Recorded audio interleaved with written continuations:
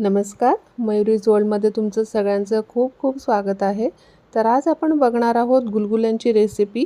ही गुलगुल्यांची recipe आषाढ महिन्यात आवर्जून बनवली जाते आणि तसंच हे अगदी सॉफ्ट आणि अगदी कमी सामानात अगदी झटपट बनून मस्त तयार होतात। तर यासाठी आपण इथे आधी गुळाला मेल्ट करून घेणार आहोत। तर इथे मी हा गुळ कापून घेतलाय।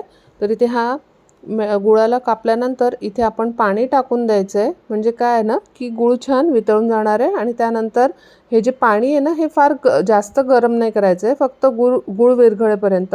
आणि मग नंतर त्याला आपण गाळून घेणार आहोत, म्हणजे काय आहे ना गुळात जो पण कचरा असतो ना तो पण निघून जाईल। आणि त्यात मग थोडं थोडं करून आपण पीठ टाकणार आहोत। तर पीठ मी इथे 2 कप घेते, म्हणजे 2 वाट्या घेते। तर हे पीठ एकसाथ नाही टाकायचं आहे आणि इथे चिमूटभर मीठ टाकायचं आणि वेलची पूड टाकायची आहे।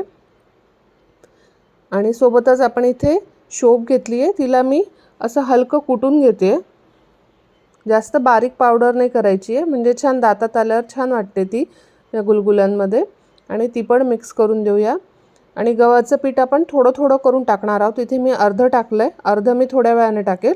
हळूहळू मिक्स करत जायचं आणि मग नंतर ॲड करत जायचं आहे बाकीचं गव्हाचं पीठ। या प्रमाणानुसार जर तुम्ही गुलगुले बनवले ना तर गुलगुले अतिशय छान होतील, सॉफ्ट होतील आणि आतून अगदी छान जाळीदार होतील आणि खूप मस्त लागतात हे गुलगुले।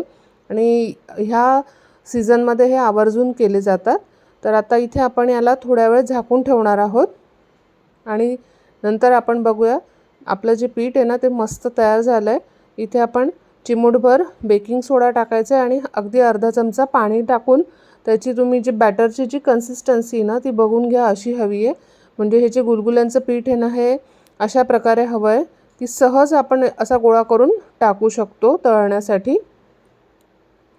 आता आपण इथे तेल तापत ठेवलं आहे, तेल छान तापवून घ्यायचं आहे, पण जास्त गरम फ्लेमवर नाही तळायचे आहेत, नाहीतर आतून ते कच्चे राहून जातील आणि बाहेरून फक्त त्याला रंग येईल, कारण आपण ह्यात गूळ वापरला आहे ना, त्यामुळे त्याला फक्त रंग येईल पण ते छान सॉफ्ट होणार नाहीत आणि आतूनही कच्चे राहू शकतात। म्हणून तेल छान तापवून घ्यायचं आहे आणि नंतर मीडियम टू हाय असं फ्लेम करत जायचं आहे आणि मग तळत जायचं आहे आणि मध्ये मध्ये त्याला असं पलटवून घ्यायचं आहे।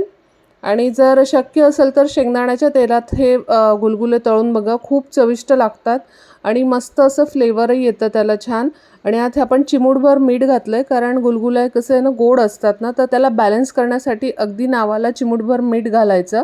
आणि आपण खाण्याचा सोडासुद्धा अगदी थोडासा टाकला आहे, पण तरीसुद्धा हे बॅटर इतकं छान झालं होतं फ्लफी की आपले जे गुलगुले आहेत ते पण अगदी मस्त फुलून तयार झालेत, बघू शकता तुम्ही। आणि काय सुंदर रंग आला आहे। आणि ही रेसिपी तुम्ही नक्की ट्राय करा ह्या आषाढ महिन्यात आणि मला कळवा की कसे वाटले तुम्हाला घरी हे गुलगुले।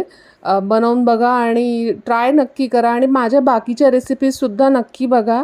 आणि ही जी लिंक आहे ना ही तुम्ही तुमच्या फ्रेंड्ससोबतही शेअर करा, तुमच्या फॅमिलीसोबत शेअर करा आणि चॅनलला नवीन असणार ना तर सबस्क्राईब करायला विसरायचं नाही आहे।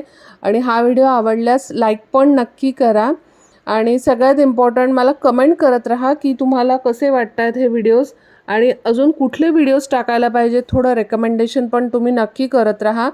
आणि ह्या व्हिडिओचे रिव्ह्यूज तुम्ही शेअर करा आमच्यासोबत, माझ्या कमेंट बॉक्समध्ये तुम्ही कमेंटसुद्धा करू शकता आणि लाईक करायला विसरायचं नाही या व्हिडिओला। बघा काय सुंदर जाळी आली आणि अगदी सॉफ्ट आणि असे मस्त झालेत ना आतून, खूप छान झालेत आपले गुलगुले। तर ही रेसिपी नक्की बघा आणि ट्राय करून बघा सगळ्यात इम्पॉर्टंट। आणि भेटूया आपण नवीन व्हिडिओमध्ये आणि तोपर्यंत माझे बाकीचे व्हिडिओसुद्धा नक्की चेक करा, अजून छान छान व्हिडिओज येणार आहेत। छान आता पावसाळा चालू झालेला आहे ना, तर भेटूया लवकरच, बाय बाय।